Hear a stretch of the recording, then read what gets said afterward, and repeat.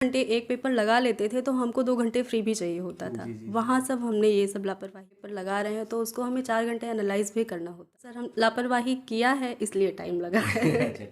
बाकी लगन होनी चाहिए, आप कर तो कुछ भी सकते हैं। मैथ इतनी टफ नहीं होती है एसएससी में कि आप ना कर नमस्कार दोस्तों, अयोध्या दर्पण में आपका स्वागत है।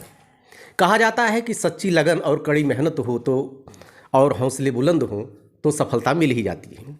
इसकी मिसाल पेश की है, हमारे सामने बैठी हैं निधि जी, और आप की फहरिस्त बहुत लंबी है सफलता की। आपकी अपनी जर्नी तो आप खुद बताएंगी, क्या रही, क्या कैसी रही इनकी जर्नी, क्या बुक इन्होंने फॉलो किया, कहाँ से इनको मोटिवेशन मिला, सारी जानकारी हमको ये देंगी। सबसे पहले ढेर सारी शुभकामनाएं आपको सफलता के लिए। Thank you sir. ये बताइए निधि जी, सबसे पहले अपना फैमिली बैकग्राउंड और उसके बाद जर्नी एजुकेशनल, दोनों में एक में कर दीजिए आप। जी नहीं हम पढ़े। अच्छा ओके सर। जी सर, हम मेनली अंबेडकर नगर से बिलोंग करते हैं। जी जी और हमारी जो प्राइमरी एजुकेशन थी जी जी वो प्राइवेट स्कूल से थी 5th तक। उसके बाद सर हम आ गए हैं गवर्नमेंट स्कूल में। फिर हमारा हाई स्कूल था शांति आश्रम इंटर कॉलेज सया, जी जी वो भी अंबेडकर नगर में पड़ता है वहाँ से। और फिर 11th-12th जो था वो फैजाबाद में पड़ता है, आरबीएन इंटर कॉलेज गोसाईगंज में। अच्छा अच्छा अच्छा। फिर वहाँ से किया, फिर ग्रेजुएशन हमने यहाँ साकेत से किया है। अच्छा ये बताइए कि आपको मोटिवेशन कहाँ से मिला गवर्नमेंट सर्विस की तरफ जाने के लिए? सर गवर्नमेंट सर्विस में जाने का तो ये कुछ वो नहीं था कि, लेकिन ये था कि कुछ तो करना है। हमेशा से घर में ही ये माहौल था कि कुछ तो करना ही है। पर ऐसे पढ़ो कि अपने फाइनेंशियली डिपेंडेंट रहो। मम्मी मेरी हाउसवाइफ हैं, पापा भी घर पे रहते हैं, बट उन लोग का ये था कि बच्चे हमारे पढ़ें और कुछ ना कुछ करें अपनी ज़िंदगी में। तो सर जब हम ग्रेजुएशन कर रहे थे 2015 में वो आया था, लेखपाल का फॉर्म आया था। तो एक हमारे साथ के ही कोचिंग के स्टूडेंट्स ने बताया कि फॉर्म आया है और भर देते हैं। तो फिर घर पे आके हमने बताया कि ऐसे ऐसे है, लेखपाल का फॉर्म आया है। तो मम्मी का तो बहुत मन था कि कुछ तो करें बच्चे। तो उन्होंने कहा भर दो। फिर फॉर्म भरा हमने और 2016 में उसका 15 में ही पेपर हुआ था, 2016 में रिज़ल्ट आया था। तो हमारा ग्रेजुएशन चल रहा था और रिज़ल्ट आया और हम पास हो गए उसमें बिना तैयारी के। सर कुछ नहीं पढ़ा था, कुछ पता भी नहीं था क्या आएगा, बस गए पेपर दे आए और रिज़ल्ट आया तो पास हो गए। तो मम्मी बहुत खुश, सभी खुश थे। पापा पहले बहुत हंसते थे कि बच्ची अब तुम लेखपाल बनोगी। जब भी देखे तो हंसे वो। फिर जब रिज़ल्ट आया, पास हुए, तो थोड़ा सबको खुशी हुई। लेकिन उसमें सर इंटरव्यू था तो इंटरव्यू में नहीं हुआ हमारा। उसकी भी कोई प्रिपरेशन करे नहीं थे, बस ऐसे चले गए, दे आए। बहुत फॉर्मल सा हुआ था, उन्होंने भी ज़्यादा कुछ पूछा नहीं, लेकिन फाइनल रिज़ल्ट में नहीं हुआ। फिर ग्रेजुएशन हो गया हमारा। तो ये था कि हमें जाना है हायर स्टडीज़ में पहले। फिर उस टाइम पे ऐसी सिचुएशन बनी कि नहीं मन किया कि कहीं जाएं, क्योंकि दीदी हमारी थी बनारस में बीएचयू में। तो उन्हीं को देख के वहीं जाने का प्लान था। फिर ये हुआ कि नहीं, जब बिना तैयारी के एक एग्ज़ाम हम कंपटीशन निकाल लिए हैं तो सबका प्लान बना कि अब जाओ वनडे एग्ज़ाम की तरफ। और फैज़ाबाद में यहीं हमारी बुआ का भी घर है, तो यहीं हम रहते थे। तो पता था कि दिशा है, बस नाम जानते थे। तो फिर उसके बाद आए हम 2016 लास्ट में दिशा ज्वाइन करने। एंट्रेंस हुआ, दिए, क्वालिफाई हुआ, फिर ज्वाइन कर लिए सर। फिर वहाँ तो माहौल है ही, सफलता एक के बाद एक। कई नौकरी में देख रहा हूँ, कई नौकरी में आप सिलेक्ट हुई हैं, और आप खुद बताइए, इसमें बहुत टेक्निकल वर्ड हैं, और आप खुद ही बताइए कि कौन सी नौकरी में आप क्वालिफाई किया है, आप किस किस चरण तक आप पहुँची? जी जी सर, हमने जो है जितना भी एग्ज़ाम दिया है सब प्री तो सबका निकला था। जी जी। तो फाइनल में ही बाहर हुए ज़्यादातर एग्ज़ाम्स में। तो सबसे पहले हमने दिया था 2018 का, वो 17 में भी सीजीएल दिया था। 17 का प्री निकला था, पहला एग्ज़ाम वही था। 17 का प्री हमने कोचिंग ज्वाइन करी थी और वही पहला फॉर्म भरे थे और वो निकल भी गया था। तो लगा कि हो जाएगा, लेकिन फिर सर मेंस नहीं हो पाया, उतनी तैयारी भी नहीं थी, आता भी कॉन्फिडेंस भी नहीं था कि हम कर ले जाएंगे। तो सर वो मेंस नहीं हुआ। उसके बाद फिर ये Allahabad high court junior assistant का फॉर्म आया था, उसको दिया हमने। तो उसमें भी हो गया था, नंबर भी अच्छा था उसमें। फिर टाइपिंग थी, तो सर टाइपिंग के भी मार्क्स मिलते थे, टाइपिंग में नहीं हुआ हमारा। इंग्लिश में अच्छा था, हिंदी में शायद गड़बड़ हुआ कुछ, तो उसमें भी 3 नंबर से रुका था हमारा फाइनल में। फिर 2018 में भी यही सीजीएल में यही हुआ, तो उसमें भी मेंस क्वालिफाई हुआ था, फाइनल में नहीं हुआ था।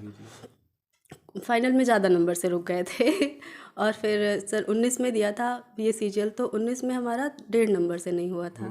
फिर फाइनली 20 में हुआ सीजीएल में। और सीएचएसएल भी दिया था 2018 का, उसमें भी 1.5 नंबर से रुका था। फिर 19 और 20 तो अभी दिया ही नहीं। फिर फाइनल मतलब में हमने छोड़ दिया था उसका। फिर ये आ गया रेलवे वाला था, अभी इसका हुआ तो 2019 में आया था ये फॉर्म और 20 में लास्ट में एग्ज़ाम था। हमारा बोर्ड गलती से इलाहाबाद की जगह अहमदाबाद हो गया था। तो सर रेलवे का भी देने का एकदम मन नहीं था हमारा, और एग्ज़ाम इसका 6 महीने चला प्री का, और हमारा सेकंड डे ही पड़ा था।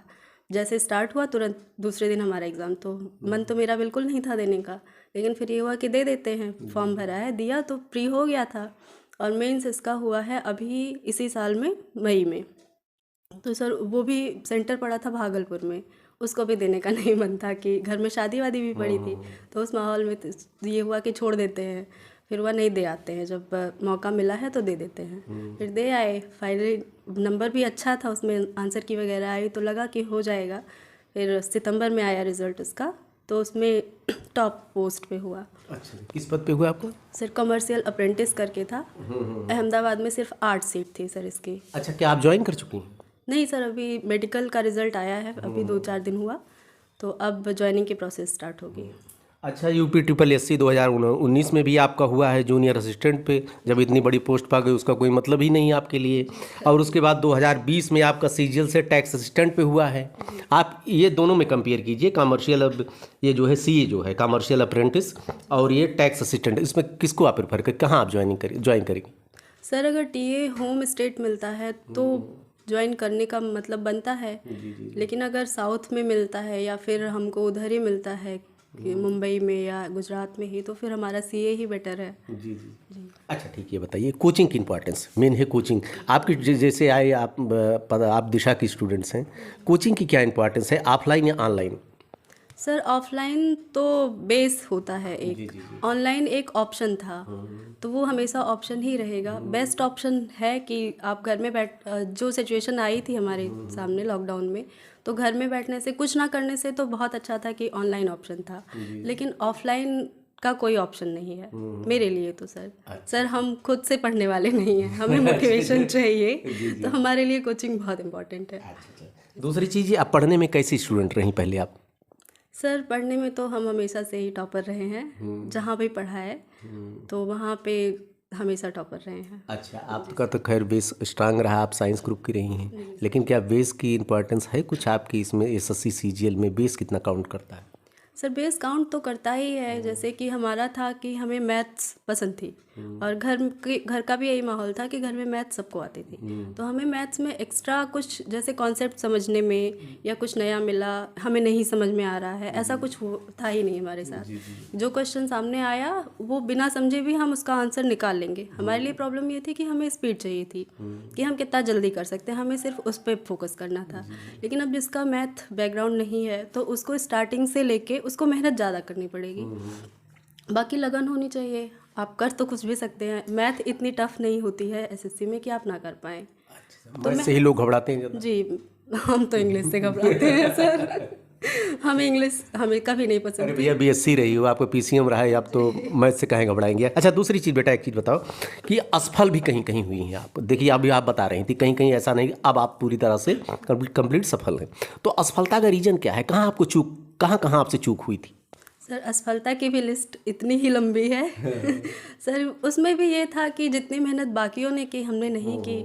हमने बहुत मेहनत कभी नहीं की, जैसे 10 घंटे पढ़ाई करनी हो, 12 घंटे पढ़ाई करनी हो, हम इतनी देर कभी बैठ ही नहीं पाते थे। सर हम लोग के टाइम पे होता था इंग्लिश और मैथ मेंस में 2-2 घंटे का पेपर होता था, तो अगर हम 2 घंटे एक पेपर लगा लेते थे तो हमको 2 घंटे फ्री भी चाहिए होता था। वहाँ सब हमने ये सब लापरवाही की है। अगर हम 2 घंटे पेपर लगा रहे हैं तो उसको हमें 4 घंटे एनालाइज भी करना होता है। तो सर हम लापरवाही किया है, इसलिए टाइम लगा है। अच्छा 2 फेज़ होता है आपकी सीजीएल में, सीजीएल एसएससी में। पहले तो 3 होता था, लेकिन अब शायद 2 कर दिया गया, 2022 से 2 कर दिया गया। दोनों फेज़ की तैयारी, अब तीसरे की तो हम बात नहीं करेंगे क्योंकि तीसरा है ही नहीं, ये 2 फेज़ ही होते हैं। 2 फेज़ की तैयारी आपने कैसे कैसे की थी, उसकी क्या स्ट्रेटजी रही आपकी? सर बहुत ज़्यादा स्ट्रेटजी से नहीं किया हमने, यही हमारी कमी रह गई। कि थोड़ा पहले वो मोटिवेशन नहीं मिला या गाइडेंस भी सही से नहीं मिला। लेकिन ये है कि आप अब बहुत सारे ऑप्शन हैं आपके पास बहुत सारे एग्जांपल्स भी मिल जाते हैं और सब अवेलेबल भी हैं। हम लोग के टाइम पे इतना नहीं होता था। तो आप जब ज्वाइन करते हैं तो आपको पहले बेस पे मेहनत तो करनी ही है, बेसिक क्लियर करें, फिर शॉर्ट ट्रिक उसके बाद आती है। लेकिन साथ ही साथ में आपको प्रीवियस ईयर पे बहुत पकड़ बनानी होती है। आप प्रीवियस ईयर देखते रहिए, क्या पूछा जा रहा है, क्या पूछ सकते हैं, कैसे, वो स्ट्रेटजी बनाइए। आप प्रीवियस ईयर सॉल्व करते रहिए। एक बार आप बेसिक से सॉल्व करिए, उसके बाद आप फिर जब सारा आपका क्लियर हो जाएगा, फिर आपको लगेगा कि ये थोड़ा शॉर्ट हो सकता है, 2 बार 3 बार करिए और उनका पैटर्न पकड़िए कि कैसे क्वेश्चन पूछते हैं, क्या करते हैं, तो आपको बहुत आराम से हो जाएगा। इतना टफ नहीं पड़ेगा। हम लोग तो लापरवाही किए थोड़ा। अच्छा बेटा, ये बताओ कि बुक्स क्या क्या फॉलो किया आपने, ये जानना चाहेंगे आपके, कि जो प्री और मेंस दोनों के लिए अलग अलग बता दीजिए। सर स्टार्टिंग में तो यही था कि मैथ्स में SD यादव और RS अग्रवाल, ये बेसिक्स क्लियर करने के लिए अच्छी बुक्स हैं, काफ़ी अच्छे बुक्स हैं। और इंग्लिश में MB पढ़िए, उसको लगाइए, और लूसेंट की बुक थी। बाकी आप ऑनलाइन बहुत सारे प्लेटफॉर्म्स हैं, वहाँ से मॉक लगाइए, टेस्ट दीजिए और प्रीवियस ईयर का पैटर्न फॉलो करिए। उसके लिए MB और ब्लैक बुक भी आजकल सब पढ़ रहे हैं बहुत, वो भी अच्छी है। अच्छा, कंप्लीट तैयारी के लिए कितना टाइम लगता है इसमें, CGL और SSC CGL के लिए? सर 2 साल तो लग ही जाता है। जी 2 साल लग जाएगा। 2 साल लगता है जी। ये बताइए कि नोट्स एक आपकी कोचिंग भी प्रोवाइड करती है और आप खुद बनाती है। नोट्स खुद बनाना चाहिए, कोचिंग जो प्रोवाइड करती है वो इनफ है? सर कोचिंग जो प्रोवाइड करती है वो तो इनफ होती है, लेकिन अपनी भी ज़रूरी है, क्योंकि सब कुछ नहीं प्रोवाइड किया जा सकता है। अब GS में ही देख लीजिए, क्योंकि GS बहुत बड़ा है, तो उसमें कुछ भी पूछते हैं। SSC में तो पहले 25 से क्वेश्चन आते थे, लेकिन अब 2022 से पैटर्न चेंज हुआ है, तो उसमें भी अब और पढ़ना पड़ेगा आपको, तो अपनी नोट्स तो बनानी ही पड़ेंगी। मॉक टेस्ट की क्या इंपॉर्टेंस रही आपकी? सर मॉक टेस्ट तो ये है कि आप अपनी स्पीड मेंटेन कर सकते हैं उससे, क्योंकि वो प्रेशर जो होता है एग्ज़ाम हॉल में, वो प्रेशर तो क्रिएट नहीं किया जा सकता है खुद से, लेकिन मॉक टेस्ट लगा के आप टाइमिंग बैलेंस कर सकते हैं कि हमें इतने टाइम में ये करना, देख सकते हैं कि आपकी स्पीड क्या है, आपको अभी कितनी मेहनत करनी है, कहाँ पे ज़्यादा मेहनत करनी है, कौन सा चैप्टर आपका वीक है, कौन सा स्ट्रांग है, वो सब मॉक टेस्ट से पता चल जाता है। तो मॉक टेस्ट तो इम्पोर्टेंट है। एक बहुत बड़ा क्वेश्चन है, इसके बारे में थोड़ा इसे नया आया है इधर, एक नया मैंने क्रिएट किया है कि एग्ज़ाम हॉल में जो पेशेंस होता है, जो टेक्निक होती है, बहुत कुछ आपको आना होगा, टेक्निक आपको नहीं पता तो आप सॉल्व नहीं कर पाएंगे। इसको ज़रा फोकस कर दीजिए। सर एग्ज़ाम हॉल में जो टेंशन होती है, जो प्रेशर होता है, वो बहुत मायने रखता है। अगर आप उसे बैलेंस कर ले गए तो आप वॉरियर हैं, और अगर आप नहीं कर पाए तो आप वहाँ से बाहर हो जाएंगे। कितनी भी नॉलेज हो आपको, अगर वो आप प्रेशर नहीं हैंडल कर पाएंगे तो आपकी सारी तैयारी ख़राब हो जाएगी। तो सर वो कोचिंग हम लोगों ने तो करी थी, तो सर तो अक्सर टेस्ट लेते रहते हैं और पूरा माहौल क्रिएट करते हैं। उतनी ही टेंशन होती है जितना मेन एग्ज़ाम में होती है, वही टेंशन यहाँ भी होती है जो सर टेस्ट लेते हैं। तो उससे बहुत कुछ मेंटेन हो जाता है अगर आप टेस्ट दे रहे हैं सबके साथ में मिलके। और अगर आप ऐसा खुद से ही तैयारी कर रहे हैं, तो फिर जैसे आप घर पे जितने कूल होके, जितने रिलैक्स होके घर पे पेपर करते हैं, एग्ज़ाम हॉल में भी उतने ही रिलैक्स रहिए। ये मत सोचिए कि हमारा फाइनल है, ये सोचिए जैसे हम मॉक दे रहे हैं घर पे, वैसे हम यहाँ भी कर रहे हैं, हमें उतना ही अच्छा करना है। प्रेशर ले के खुद से आप सोचेंगे तो आप ज़रूर गड़बड़ करेंगे।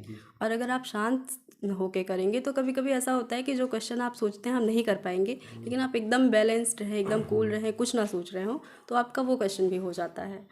तो प्रेशर तो नहीं लेना चाहिए। एग्ज़ाम हॉल में होता है, लेकिन मैनेज कोशिश करें कि हम ना लें टेंशन।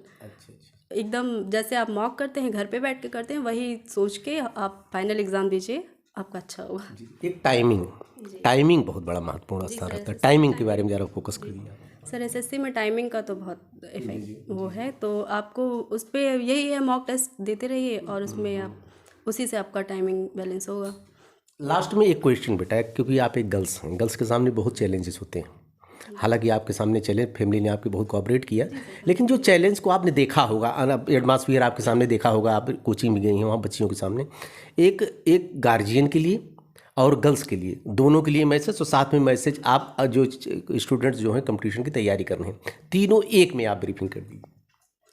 सर मैसेज तो यही, सबसे बड़ा मैसेज तो यही है कि आप हमसे पूछ रहे हैं, हम मैसेज दे रहे हैं एक गर्ल होके, तो अगर आपके ऊपर आपके पेरेंट्स भरोसा करके भेजते हैं तो आपको भी उसको बनाना पड़ेगा, भरोसा उनका जीतना पड़ेगा कि हम निकले हैं बाहर तो हम कुछ कर सकते हैं। और रही बात कि सरकारी नौकरी सबको नहीं मिल सकती, सेल्फ एनालाइजेशन बहुत ज़रूरी है सर। आपको 6 महीने 7 महीने 1 साल में पता चल जाएगा कि हम कहाँ स्टैंड करते हैं, हम कर पाएंगे कि नहीं, ये बहुत ज़रूरी है। और हम क्या कर पाएंगे ये भी बहुत ज़रूरी है। और ये कोई और आपको नहीं बताएगा सर, ये आपको खुद पता चल जाता है। आप 2-4 एग्ज़ाम देंगे, आपको पता चल जाएगा कि आप कहाँ स्टैंड कर रही हैं, निकाल पाएंगी कि नहीं निकाल पाएंगी। तो टाइम वेस्ट करने का कोई मतलब नहीं है। और पेरेंट्स को भी चाहिए कि अगर उनके बच्चे में है पोटेंशियल दिख रहा है तो उन्हें चांस देना चाहिए, लड़की लड़का नहीं देखना चाहिए। और लड़कियों को तो डिपेंडेंट करना, फाइनेंशियली डिपेंड होना बहुत ज़रूरी है। अभी हाल ही में आप देख रहे हैं कितने क्राइम्स हो रहे हैं। तो अगर लड़कियां इंडिपेंडेंट होंगी तो उनके लिए भी अच्छा है, फैमिली के लिए भी अच्छा है, देश के लिए भी अच्छा है। जो हम प्रिपेयर थे बोलने के लिए लास्ट में, उसको तो हमारे शब्दों को इसने चुरा लिया। हमको तो लगता है कि हम बोलना चाह रहा है, इन्होंने पहले बोल दिया। चलिए ठीक है, एक अच्छा मैसेज दिया निधि जी ने। और एक आप तैयारी कीजिए, मेहनत कीजिए। देखिए मेरे सामने गर्ल्स है, इसके सामने सफलता में इनकी दीदी जी भी आई हैं, हम उनसे बात करेंगे अभी। निधि जी की बड़ी बहन है नेहा जी, आप JBS में जो है मैथ्स की टीचर है। मैथ एक सब्जेक्ट ही बड़ा डरावना लगता है देखने से ही। आओ भी आपने MSc PhD शायद आपने किया है, कहाँ से किया मैडम आपने? सर PhD नहीं किया है, PhD ड्रीम था जो नहीं पूरा कर पाई मैं, कह सकते हैं एक फेलियर स्टोरी है, मैं एक एग्जाम्पल हूँ फेलियर का। मैथ्स से MSc है मेरा BHU से। और मेरा जो ड्रीम था वो तो वही था कि मुझे बस पढ़ना है और मुझे PhD करना है। और मैंने ट्राई भी किया बट वही ऑनेस्टली नहीं किया। और जो अपनी गलतियां थी वो मैंने कोशिश किया कि ये ना दोहराए। मेरा यही एफर्ट रहा कि मेरी गलतियां ये ना दोहराए। मैं बहुत जल्दी, मुझे लगा कि मैं फाइनेंशियली इंडिपेंडेंट हो जाऊं, और उसके लिए फिर मैंने थोड़ा बहुत मैं केयरलेस हुई उसमें, और जो एक 100% एफर्ट देना होता है वो नहीं दिया। ये बताइए, आपकी सिस्टर को मंजिल तो मिल गई, अब आपकी एक जिम्मेदारी कहते हैं कि ख़त्म हो गई, अब उनको अपनी दिशा चुनना है। अभी आपकी उम्र बहुत कम है, अभी आप भी बहुत कुछ कर सकती हैं। आगे आपकी क्या प्लानिंग है, कुछ आपने सोचा है? अभी तो सर अब ये तो निकल गई, अभी इनके बाद एक भाई है मेरा, मेरी एक बेटी है। अब मुझे जैसे अपने लिए मैं बहुत कम सोचती हूँ। अब मतलब अपने लिए क्या, ये भी अपना ही सोचना है कि मेरे ही भाई मेरे ही बहन आगे बढ़ रहे हैं तो मैं अपने लिए ही सोच रही हूँ। बट अपने करियर में अभी मैं फ़िलहाल जहाँ हूँ, एक कह सकते हैं कि सैचुरेशन है, खुश हूँ। और अब अगला ये तो निकल ही चुकी हैं, अब हम दोनों का टारगेट है भाई कि कहीं ऐसा ना हो कि वुमेन एम्पावरमेंट के चक्कर में भाई पीछे छूट जाए। तो उसको भी सपोर्ट करना है। और वो भी फ़िलहाल उसका भी ड्रीम वही है कि हायर एजुकेशन में ही जाना है। तो मुझे लगता है मैं नहीं कर पाई, PhD वही कर ले। तो फ़िलहाल अब पूरा फोकस उसके ऊपर है, और उसके बाद अपनी बेटी के ऊपर फोकस रहेगा। इस तरह के लोग आजकल बहुत कम है, एक अलग नस्ल है आज के समय में, दुर्लभ जंतु कह सकते हैं आप। इस तरह के लोग बहुत कम, खास करके मैरिड लाइफ में जब चली जाती हैं लड़कियां तो अपनी उनकी फैमिली होती है अपना कम, लेकिन कम से कम आप भाइयों के लिए, बहनों के लिए आप न सोच रहे, बहन को निकाल दिया, भाई के लिए आप जो है काम कर रहे हैं। ढेर सारी शुभकामना आपको ईश्वर शक्ति दे, और आगे अपने बारे में भी कुछ सोचिए, अभी आपका भी फ्यूचर बहुत ब्राइट है। बिल्कुल सर, थैंक यू सर।